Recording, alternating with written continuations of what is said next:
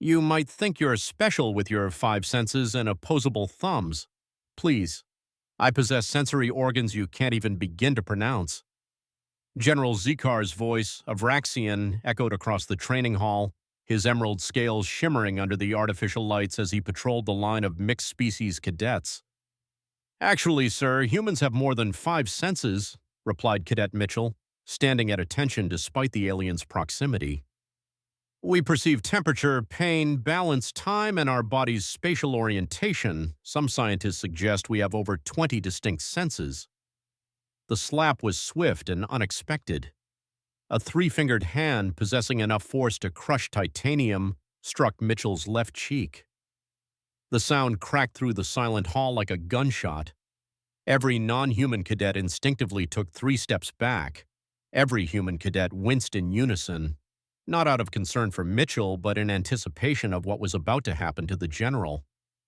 "Oh, shit," whispered Cadet Novak 2 spots down the line. "He's clueless." General Zikar, or General Ziki, as the humans had nicknamed him within 16 seconds of his introduction, leaned in, his mandibles twitching with satisfaction at having asserted dominance. His species had joined the Galactic Cooperative a mere 14 months prior.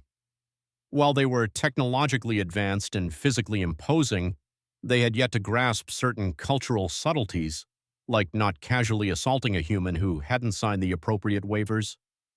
Before anyone could blink, Mitchell's hand moved. His right arm shot up, seized the general's left antenna, and yanked downward sharply, all while maintaining perfect parade rest posture.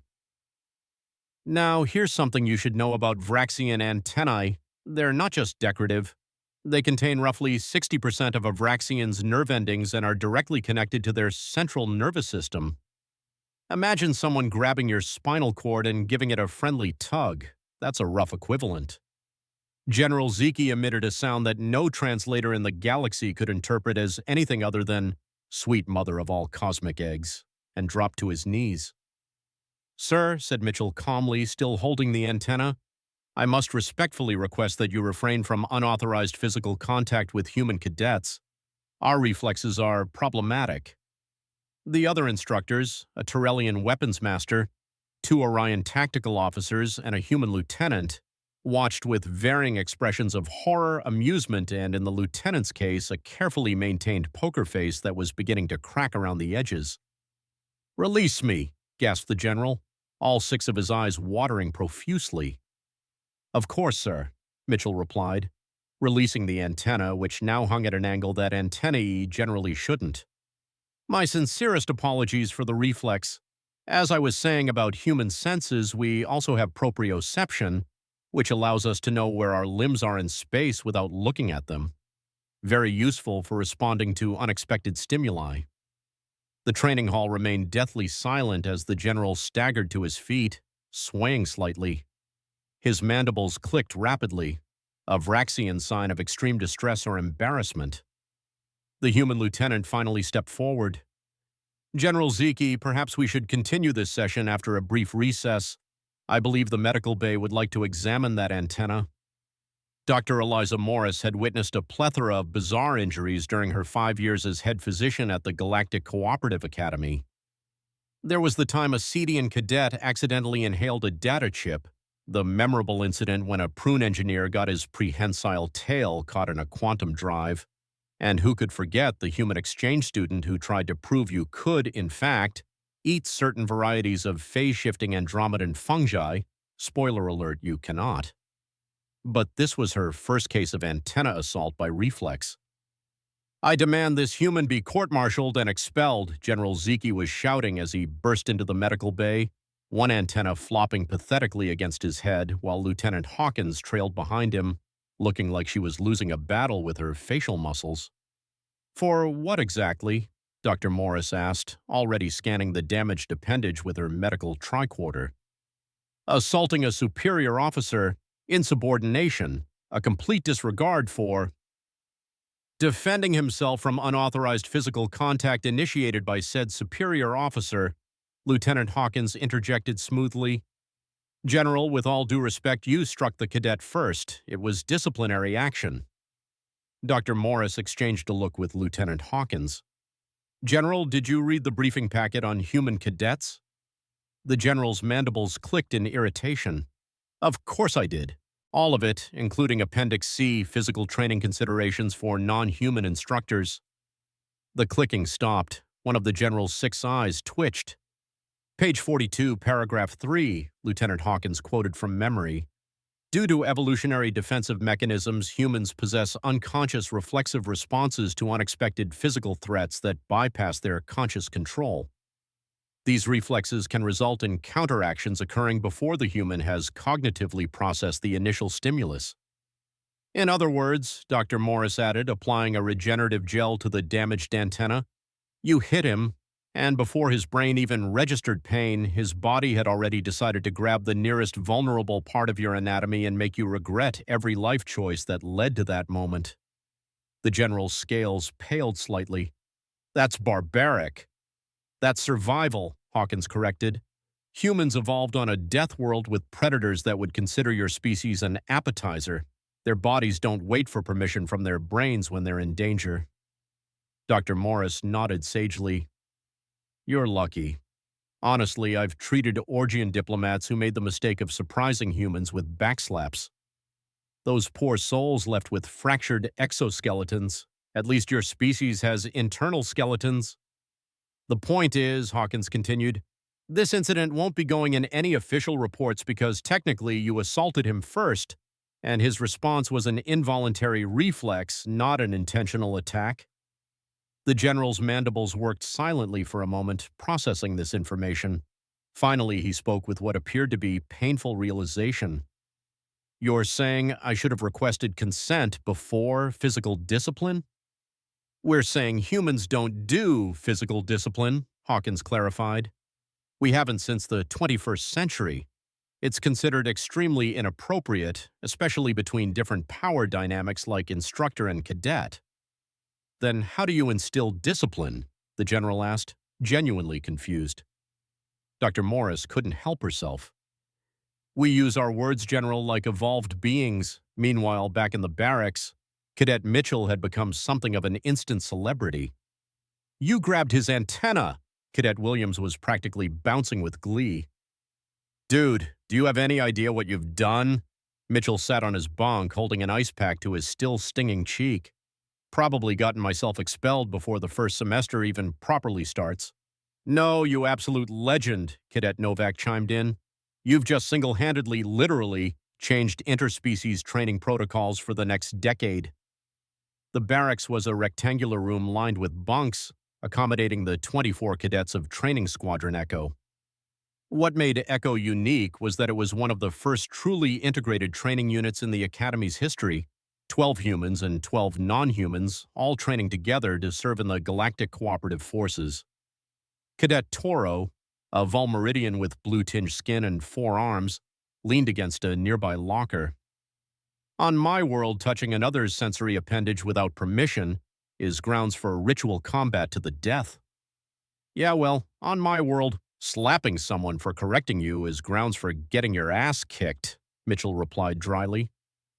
That's what humans don't understand about joining the cooperative, said Cadet X-Rex, the only Paraxian in Echo Squadron. His translucent exoskeleton shimmered as he gesticulated with multiple limbs. You think the galaxy should adapt to you instead of you adapting to galactic standards. The room temperature seemed to drop a few degrees as the human cadets exchanged glances. Interesting perspective, said Cadet Navarro, setting down the technical manual she'd been studying. Tell me, X-Rex, how many planets in the cooperative have atmospheric pressure that would crush your exoskeleton like an empty ration packet? That's not relevant. It's about 14%, she continued. But you don't see Paraxians demanding that every cooperative installation reduce their atmospheric pressure, do you? Because that would be ridiculous. Instead, you wear that lovely exo-reinforcement suit. That's different, X-Rex protested, mandibles fluttering indignantly. Physical accommodations aren't the same as behavioral expectations. Mitchell removed the ice pack from his face, revealing a bruise already forming. Look, I didn't grab his antenna because I'm a human who refuses to adapt. I grabbed it because I'm a mammal with millions of years of evolutionary programming that says when something hits you in the face, grab whatever you can reach and squeeze until the threat stops. It's like asking a Florian not to secrete defensive acids when startled, added Williams. Can they eventually learn to control it? Sure, with time and training, but you don't start by startling them and then getting angry when you get acid on your shoes. The non-human cadets considered this, some with visible skepticism, others with dawning understanding. Cyril was the first to nod. The general should have studied human physiology more thoroughly before attempting physical correction. Exactly, said Mitchell. Just like I've spent the last 3 months studying everyone else's biological and cultural needs so I don't accidentally offend or injure anyone. Did you know I carry antihistamines everywhere in case I sneeze near Cadet Lurk and my human dander gives him hives? Lurk, a furry Canesian with an acute sensitivity to human skin particles, raised a paw sheepishly. It's true. He even changed his soap to accommodate my olfactory sensitivities. The tension in the room gradually dissipated as understanding spread. This was, after all, what the Academy was about, learning to work together despite their differences. So, said Novak after a moment, are we taking bets on whether General Ziki shows up for tomorrow's training session, or are we assuming he's going to mysteriously transfer to the engineering division, where there are fewer humans? The betting pool was just getting started when Lieutenant Hawkins entered the barracks. Everyone snapped to attention. At ease, she said, her expression unreadable. Cadet Mitchell, the general would like to see you in his office. A chorus of oohs echoed through the barracks. Now, cadets, Hawkins added with a hint of amusement. Let's be mature about this. Mitchell isn't being executed. Probably. That's reassuring, ma'am, Mitchell replied, setting down his ice pack and standing. The odds are at least 60-40 in your favor, she said with a straight face as she led him out. The walk to the administrative wing was silent until they were well away from the barracks. So, Hawkins finally said, how's the face? It'll heal, ma'am. And the hand? Vraxian exoskeletons aren't exactly soft. Mitchell flexed his fingers. Sore, but nothing broken. Hawkins nodded, then suddenly stopped walking and turned to face him. Mitchell, what you did was technically within your rights as a being defending yourself from unauthorized physical contact. That said, you've created a diplomatic incident on your first day of training. Mitchell winced. Is it really that bad, ma'am? General Ziki is the first Vraxian to hold a teaching position at the Academy. His people joined the cooperative specifically because they admired our military structure. This incident has complicated things. I understand, ma'am. If my dismissal from the Academy would help smooth things over— Don't be dramatic, Cadet, Hawkins interrupted. Nobody's getting dismissed, but there will be consequences, just not the ones you're expecting. Before Mitchell could ask what she meant, they arrived at the general's office. Hawkins knocked sharply. Enter, came the general's voice, sounding significantly less authoritative than it had in the training hall. General Ziki sat behind a desk that seemed too small for his imposing form. His damaged antenna had been bandaged and appeared to be standing at a more natural angle.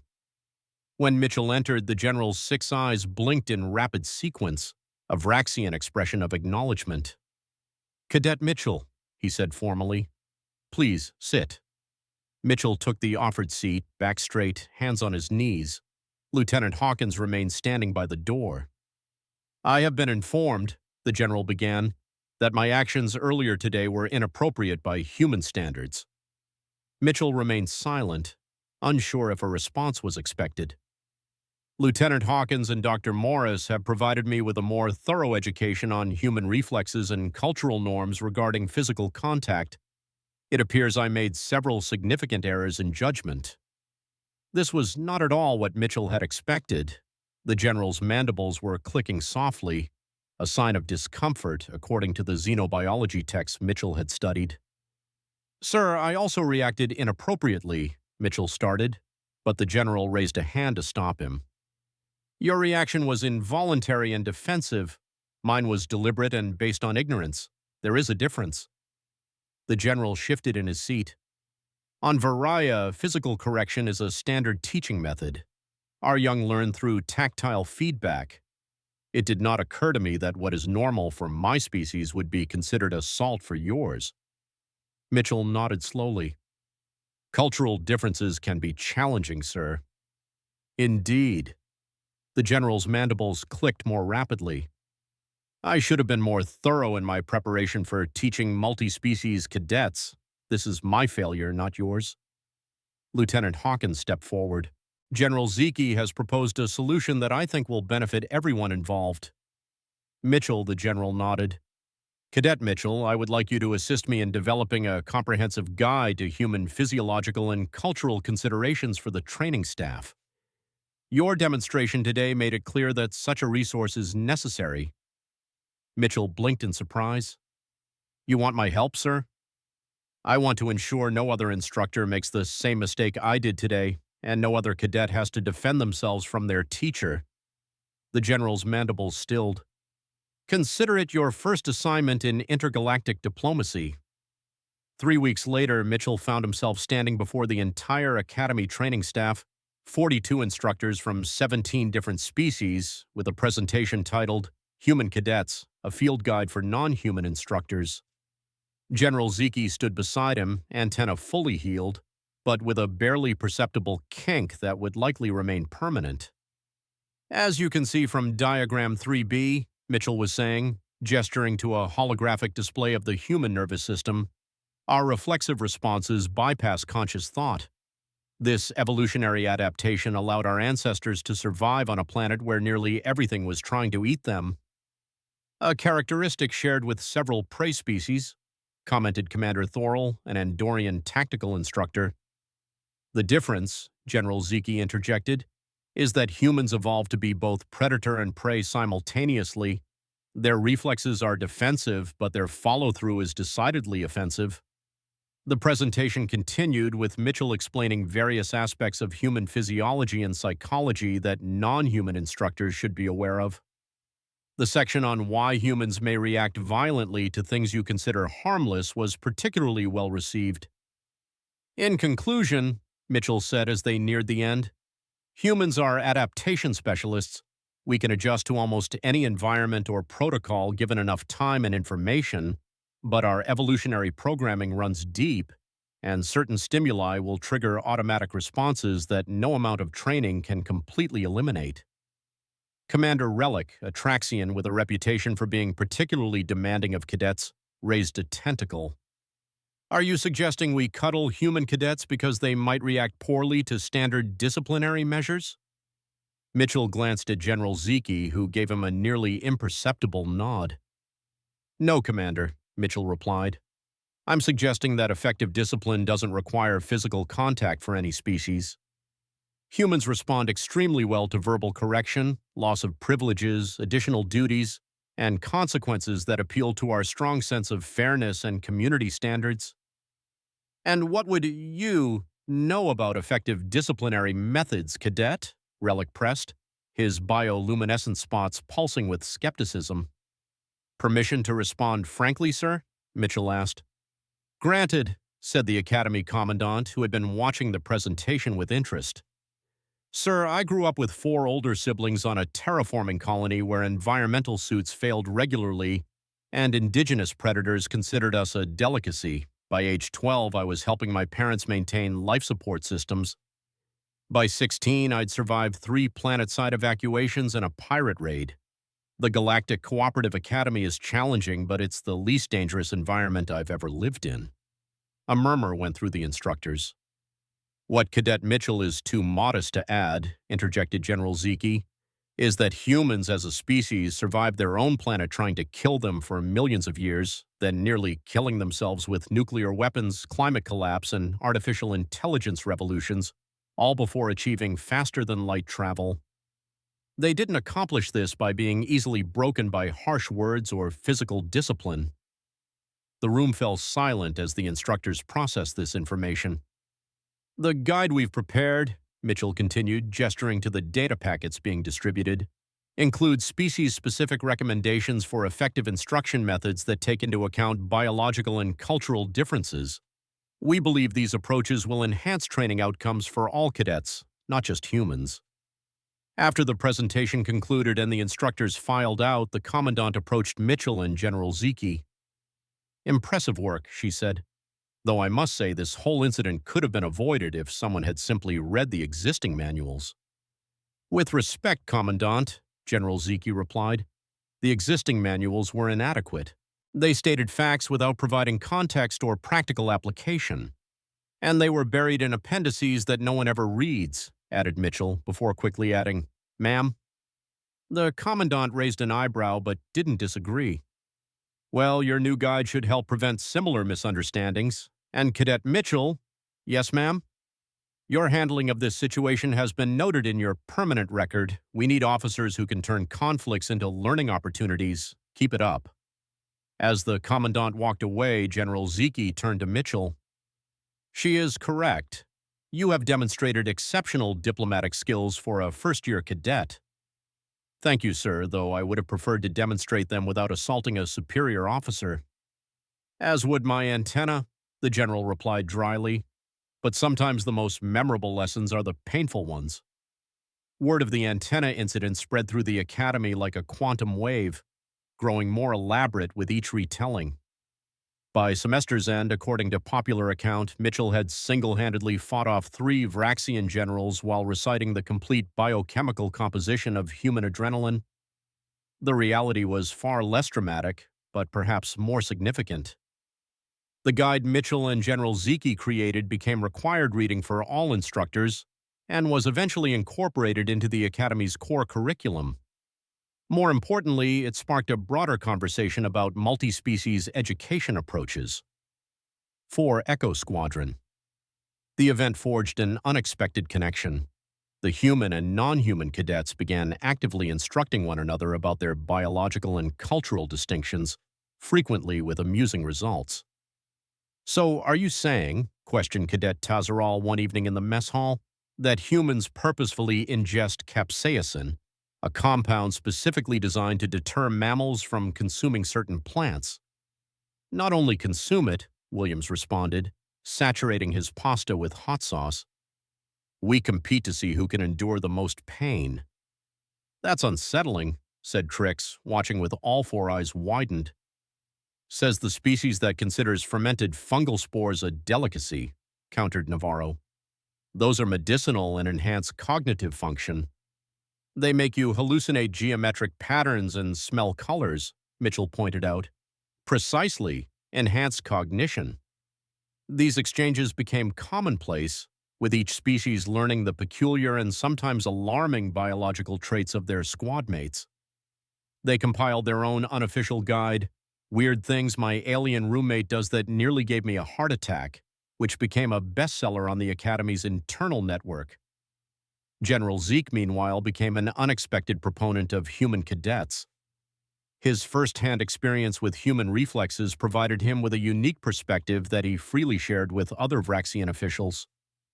When the Vraxian High Command suggested implementing physical discipline protocols for their joint training programs with humans, Zeke sent them a simple message: "I strongly advise against this course of action unless you are prepared to lose both antennae. See attached medical report for reference." The suggestion was quietly retracted. 6 months after the antenna incident, Echo Squadron was in the final stage of their wilderness survival exercise on Epsilon 4, a largely uninhabited planet with terrain and atmospheric conditions suitable for most oxygen-breathing species. The exercise was simple: navigate from the drop point to the extraction point, using only basic tools and whatever they could find in the environment. They had been divided into mixed-species teams of 4, with Mitchell's team including Tisserel, X-Rix, and a human cadet named Reyes. They were making good progress until they encountered the local wildlife. "What the hell is that?" whispered Reyes as they crouched behind a fallen tree. "Something that wasn't in the briefing," Mitchell replied, eyeing the massive creature blocking their path. It resembled a cross between an earth rhinoceros and a centipede, with armor-plated segments and multiple sets of legs. It was methodically demolishing a stand of trees, apparently feeding on the sap. "Fascinating," murmured Trix. "A previously undocumented arthropod analog, Megapona." Fascinating isn't the word I'd use, said Reyes. That thing is between us and the extraction point, and we're already behind schedule. Tazaral consulted their map. We could go around, but it would add at least 4 hours to our journey, and we'd miss the extraction window. Mitchell added, We need to get past it somehow. They observed the creature for several minutes, noting its behavior and trying to formulate a plan. It seemed to be territorial, charging at smaller animals that ventured too close. I have an idea, said Mitchell finally, but it's going to sound crazy. Those are always the best kind, said Reyes with a grin. Mitchell outlined his plan, which indeed sounded completely insane. But after discussing alternatives, of which there were few, they reluctantly agreed it was their best option. The plan required precise timing and coordination. Zoriel, with her forearms and exceptional climbing ability, would position herself in the trees flanking their desired path.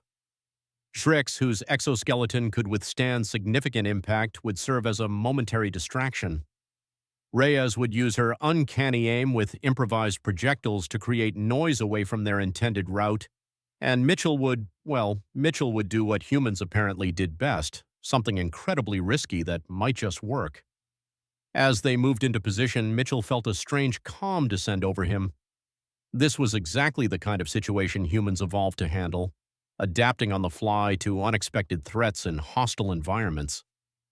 The plan went into action, with Reyes launching a series of rocks at a metal container they'd salvaged from their supplies, creating a rhythmic clanging about 30 meters to the creature's right. The mega arthropod swung its massive head toward the sound, giving Xrix the opportunity to skitter quickly across its field of vision on the left. The creature, now confused by stimuli from multiple directions, charged at Xrix, who ducked into a narrow crevice between boulders, too small for the creature to follow but large enough for Xrix's flexible exoskeleton to squeeze through. With the creature distracted, Mitchell made his move. Sprinting along the path they needed to take, he was about halfway across when the creature sensed his movement and pivoted with surprising speed. This was where the plan relied on Toriel. As the creature charged toward Mitchell, Zoriel launched herself from the trees, landing on the creature's back. She wasn't trying to hurt it, merely confuse it long enough for Mitchell to reach safety. The creature bucked and twisted, trying to dislodge the unexpected passenger. Tizarel clung to the gaps between its armored plates, using all forearms to maintain her position while Mitchell completed his crossing. But then things went sideways. The creature rolled, threatening to crush Tizarel beneath its massive weight. Without hesitation, Mitchell reversed course, running back toward the danger. "What are you doing?" Reyes shouted from her position. Mitchell didn't answer. He'd spotted a vulnerability, a gap in the creature's plating near what appeared to be sensory organs. Grabbing a broken branch, he charged directly at the creature, which was now focused entirely on dislodging Tizarel. With perfect timing, the kind that comes from millions of years of evolutionary programming designed for exactly this kind of life-or-death moment, Mitchell jammed the branch into the gap just as the creature reared up. The response was immediate. The creature emitted a high-pitched keening sound and backed away rapidly, shaking its head as if trying to dislodge an irritant.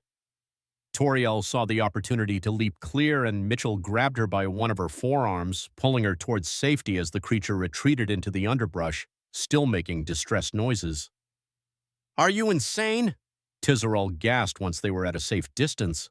"You ran toward it."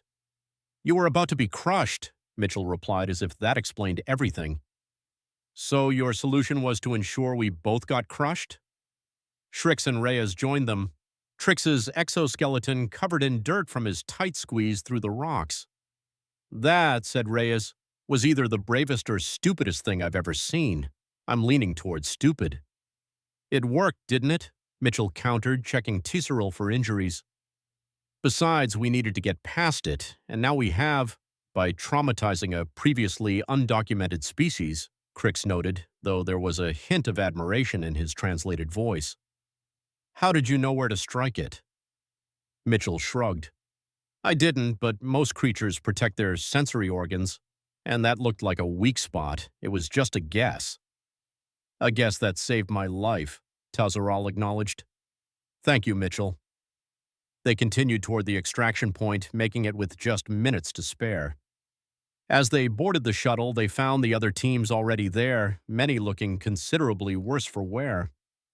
Echo 3, what happened to you? Instructor Krell demanded as they took their seats. Your biomonitor showed extreme stress patterns 15 minutes ago. We encountered some local wildlife, sir, Mitchell reported. Nothing we couldn't handle. The instructor's compound eyes narrowed.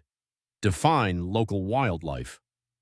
Mitchell described the creature, watching as Krell's expression shifted from skepticism to alarm. You encountered an Epsilon Titanobus, and you're all still alive with no serious injuries? Yes, sir, Mitchell confirmed. We persuaded it to let us pass. Krell stared at them for a long moment. I want a full report on my desk by 0800 tomorrow, detailed with diagrams. As the shuttle lifted off, the exhausted cadet settled in for the return journey. Ray has nudged Mitchell. You know what this means, right? That we're getting extra homework. No, you idiot. It means we just survived an encounter with a previously unknown apex predator using nothing but sticks and rocks. Do you have any idea how that's going to sound in the Academy records? Mitchell groaned.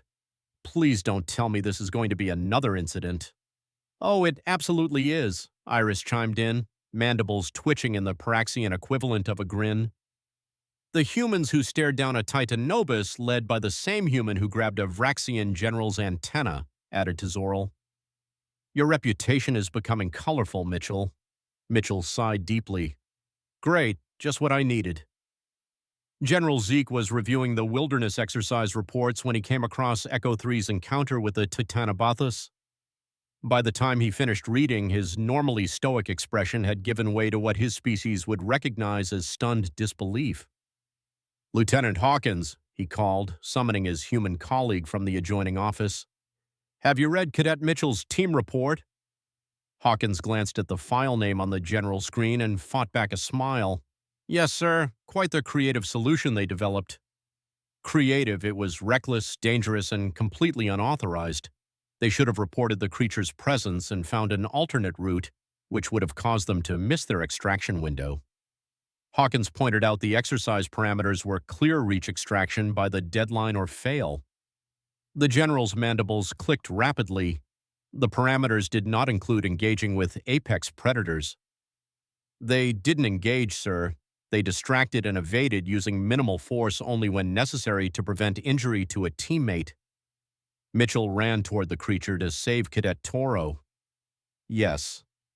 Hawkins' expression grew more serious. That's what humans do, General, especially the ones drawn to military service. When someone is in danger, their instinct isn't to save themselves, it's to protect their team. The general was silent for a moment, antenna twitching thoughtfully, even at great personal risk, especially then humans evolved as pack hunters and communal defenders. Our individual survival instincts are strong, but our group protection instincts can override them. General Zeke leaned back in his chair, considering this information. This is not in the guide we created. Some things are better demonstrated than explained. Sir? The general nodded slowly. Perhaps we should expand the guide to include psychological profiles as well as physiological responses. I think that's an excellent idea, sir. After Hawkins left, General Ziki sat for a long time contemplating what he had read. Finally, he added a note to Echo 3's file. Recommended for advanced tactical training. Demonstrates exceptional adaptive problem-solving and team cohesion under extreme pressure. Cadet Mitchell displays natural leadership qualities consistent with the highest traditions of the Galactic Cooperative Forces. Then he added a personal note that only he would see. Remind self never underestimate human capacity for both self-sacrifice and improvised weapons. Evolution on a death world creates soldiers unlike any other. 1 year to the day after the antenna incident, Mitchell found himself back in General Zeke's office. This time, however, he wasn't there to discuss a disciplinary issue. He was receiving an award. The Galactic Cooperative Academy had established a new honor, the Cross-Species Excellence in Adaptation Medal. Mitchell was the first recipient.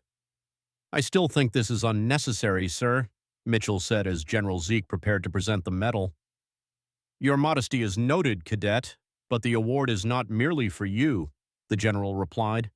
It recognizes the progress our entire Academy has made in true multi-species integration. The ceremony was small, just General Zeke, Lieutenant Hawkins, and the members of Echo Squadron. They had become something of a legend at the Academy, not just for their individual exploits, but for how they had embraced their differences and turned them into strengths. When I first arrived at this academy, General Zeke began, addressing the assembled cadets, I believed that effective military training required uniformity, that all species should adapt to a single standard of behavior and performance. His gaze swept across the room, taking in the diverse beings who had become one of the Academy's top-performing units. I was wrong. True strength comes not from forcing different species into a single mold, but from understanding and leveraging the unique capabilities each brings to the collective. The General's damaged antenna twitched slightly as he turned to Mitchell. Cadet Mitchell taught me this lesson in a rather direct manner. A ripple of laughter went through the room, but the lesson has been invaluable. The guide we created together has now been adopted by 17 cooperative training facilities. More importantly, the philosophy behind it, that we are stronger because of our differences, not despite them, has become a cornerstone of our approach to multi-species operations.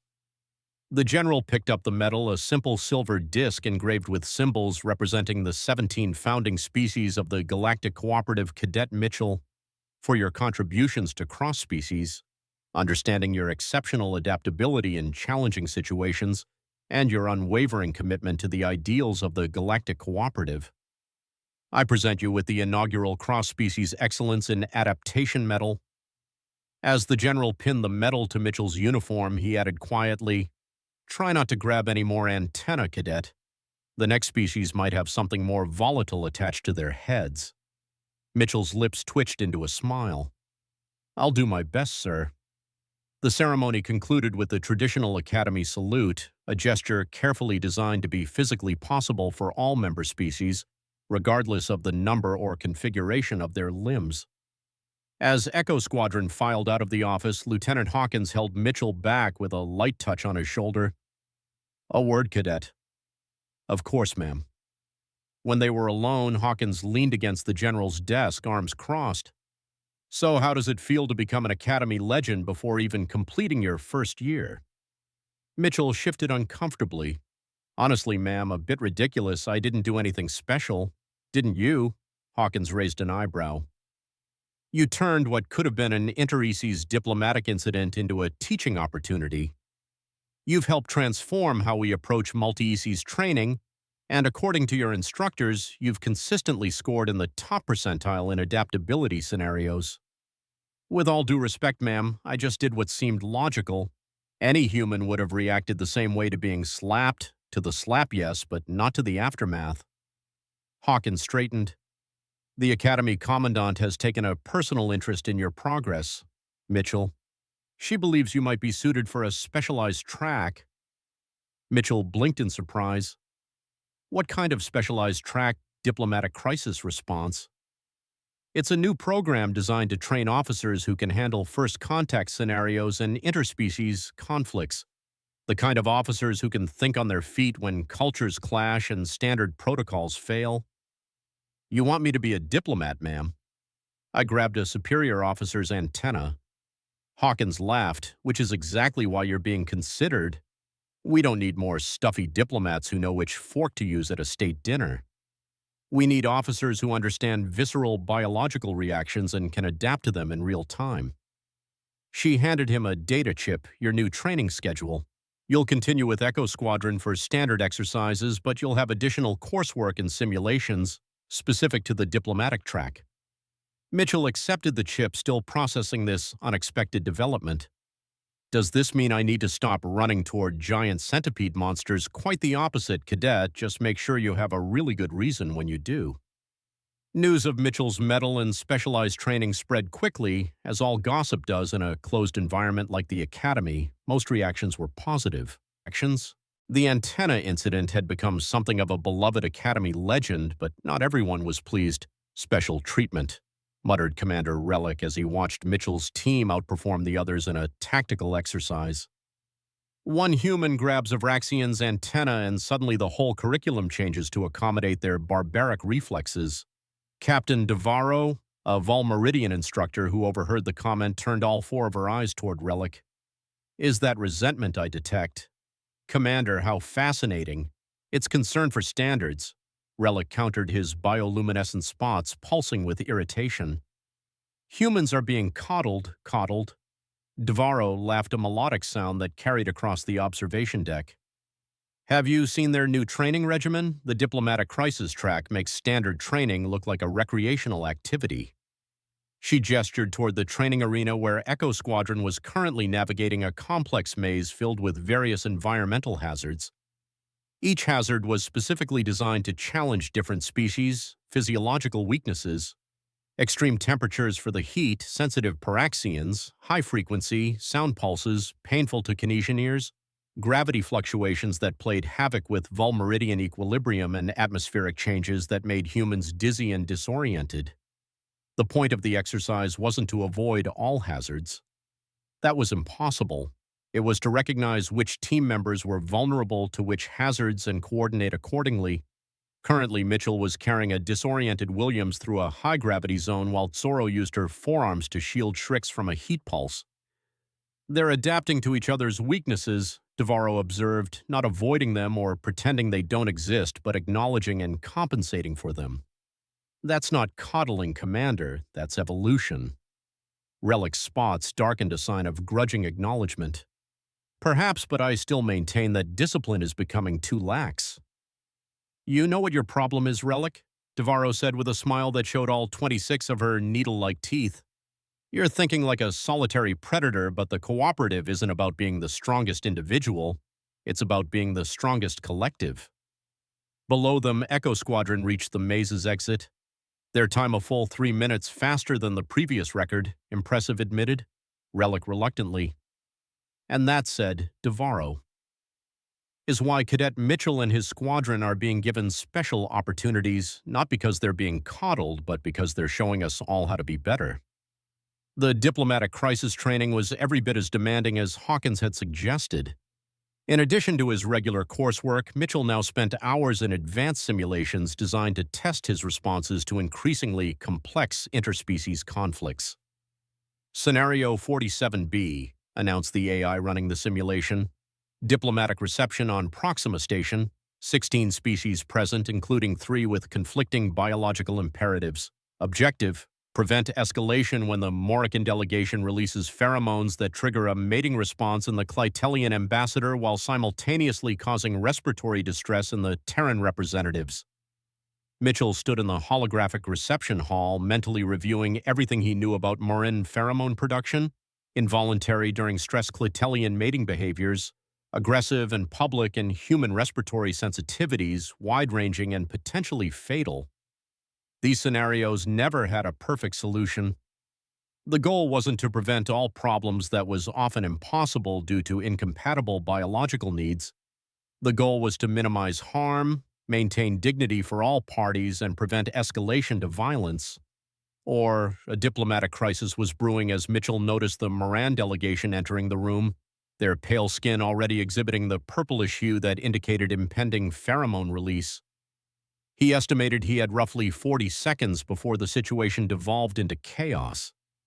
He made a swift decision, moving towards the environmental control panel while simultaneously opening a communication link to the station's medical team. As he worked, he couldn't help but reflect on how just 6 months prior he couldn't have imagined himself in this position, trained to manage interspecies crises with the potential to impact thousands of lives, all stemming from his grabbing of an antenna 2 years after the antenna incident. Echo Squadron convened for their graduation ceremony. They had concluded their training with the highest collective scores in the Academy's history, not because each member excelled in every area, but because they had mastered the art of leveraging each species' strengths while mitigating their weaknesses. Mitchell, now Enon Mitchell, stood alongside his squad mates as the commandant delivered her address. Gianni Beniti. When the Galactic Cooperative was established 53 years ago, she began, many believed it was an experiment destined to fail. How could species that evolved on disparate worlds with distinct biologies, psychologies, and cultural imperatives, ever truly collaborate? Would we not inevitably resort to forcing others to conform to our ways, or retreat into isolated enclaves of biological compatibility? She gestured towards the graduating class before her, 144 cadets from 23 species. You stand here today as living proof that such pessimism was unfounded, not because you'd have eliminated your differences or pretended they don't exist, but because you have learned to understand them, respect them, and transform them into collective strength. Mitchell glanced at his squad mates. Zorel, with her forearms folded formally, Crix, his exoskeleton polished to a mirror sheen for the occasion, Williams and Navarro standing tall in their typically human posture of attention, and all the others, each maintaining the stance of respect appropriate to their species. They had begun as a collection of individuals brought together by Academy assignment algorithms. They were graduating as a unit that moved in thought as one, despite or perhaps because of their profound differences. Your initial assignments have been tailored to your unique capabilities, the Commandant continued. Some of you will serve on exploration vessels, others at diplomatic outposts or research stations. Some will remain here at the Academy, assisting in the training of the next generation. But wherever you go, you carry with you the lesson that is at the heart of our cooperative, that diversity is not an obstacle to be overcome, but our greatest resource and strength. As Mitchell accepted his assignment as a junior diplomatic officer on the GCS Horizon, a first contact vessel, General Zeke approached him. The general's damaged antenna still bore its characteristic kink, but he had long since ceased attempting to conceal it. In fact, it had become something of a distinctive feature, instantly recognizable throughout the Academy. "Annan Mitchell," the general said formally, offering the traditional Vraxian gesture of respect, a complex motion involving all 6 limbs that Mitchell now knew indicated acknowledgement between equals. "I understand the Horizon is receiving its first Vraxian officer this deployment?" "Yes, sir. Lieutenant Craddock will be serving as tactical officer." The general's mandibles clicked in what Mitchell now recognized as amusement. "A word of advice when working with Krzyzh. He has studied human reflexes extensively and is particularly protective of his antenna. I may have shared your file with him." Mitchell groaned. "So my reputation precedes me." "Indeed, but so does your record of exceptional service and adaptation. The antenna incident is now part of basic training for all Vraxian officers who will work with humans." "I'm honored, I think." "You should be. It has saved countless antennae," the general said dryly. Then more seriously, "The Horizon's mission is vital, Enon.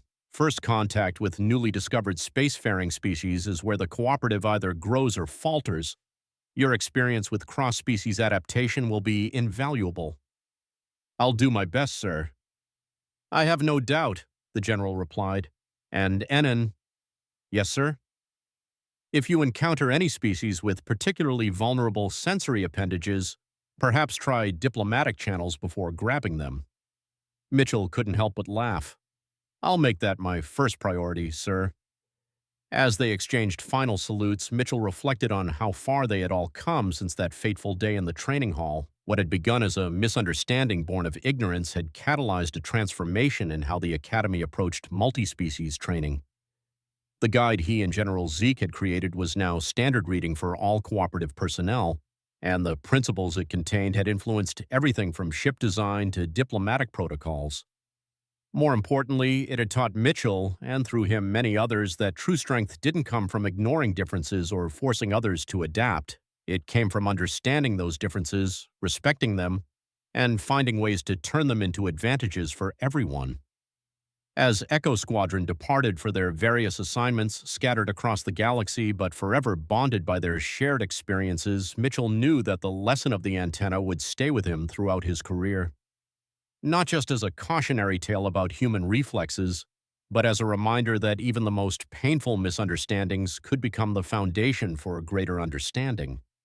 After all, in a galaxy of incredible diversity, sometimes the most important adaptation was simply learning how not to grab each other's antenna, both literally and metaphorically.